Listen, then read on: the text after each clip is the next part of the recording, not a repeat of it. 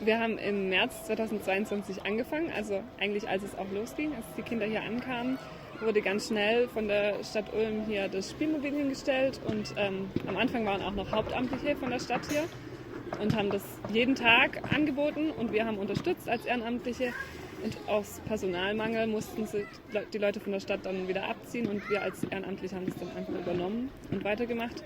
Allerdings sieht es jetzt ein bisschen anders aus, wir sind nicht mehr jeden Tag hier, sondern nur noch mittwochs von 16 bis 18 Uhr, genau.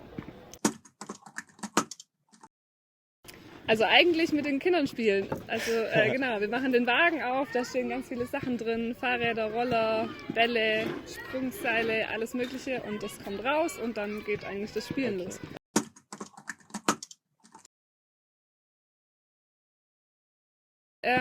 Also tatsächlich sind wir gerade so ungefähr 5 bis 6 Ehrenamtliche, die das regelmäßig machen.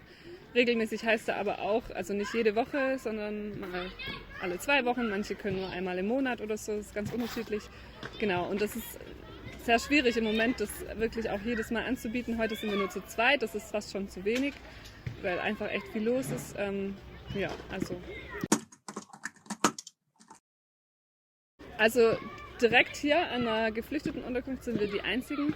Es gibt aber die Spielmobile auch noch in der Stadt verteilt, die aber von der Stadt auch angeboten werden weiterhin.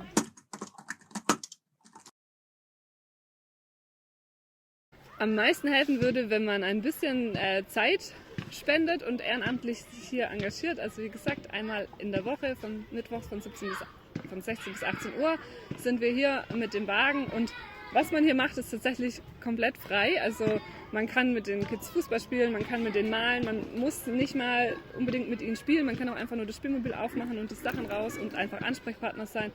Also es ist ganz individuell, was man machen möchte und auch kann. Und was uns auch helfen würde, wir haben ganz viele Fahrräder und Fahrzeuge, die aber auch regelmäßig kaputt gehen, weil sie einfach sehr viel im Betrieb sind und wild bespielt werden. Und wenn sich da jemand Lust hätte, irgendwie sich um die Fahrzeuge zu kümmern, ab und zu mal die Reifen zu wechseln oder auch mal, manchmal muss man eine Bremse neu machen oder so. Das wäre super, weil bei uns stehen viele Fahrzeuge rum, die gar nicht mehr benutzt werden können, weil die Kinder dann sonst damit Unfälle bauen würden.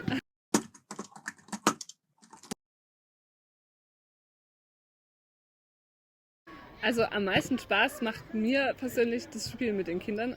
Allein, also wenn man so oft nach der Arbeit ist man müde und denkt, boah, jetzt nochmal los und so, so geht es mir auch öfter. Aber immer wenn ich dann hier bin und sehe, wie viele Kinder hier Spaß haben und wie einfach man die Kinder hier glücklich machen kann, wenn man ihnen einfach nur einen Ball gibt oder Tischtennisschläger oder mal kurz mit ihnen einen Turm baut oder so, dann geht es mir wieder viel besser und gut und ich kann gut gelaunt nach Hause gehen. Und genau, ich finde, das ist ziemlich was anderes als meine Arbeit und das tut auch mir sehr gut, hier zu sein.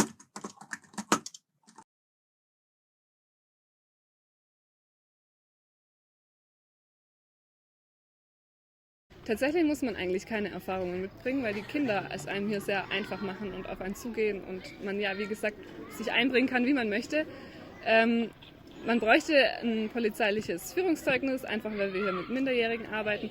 Aber ansonsten braucht man keine Vorerfahrungen. Man sollte vielleicht ein bisschen Interesse und Spaß dran haben, sich mit Kindern, auch kleineren Kindern zu beschäftigen. Aber also man kann, wie gesagt, auch einfach mit den Fahrrädern sich beschäftigen, wenn man da eher sein Interesse hat.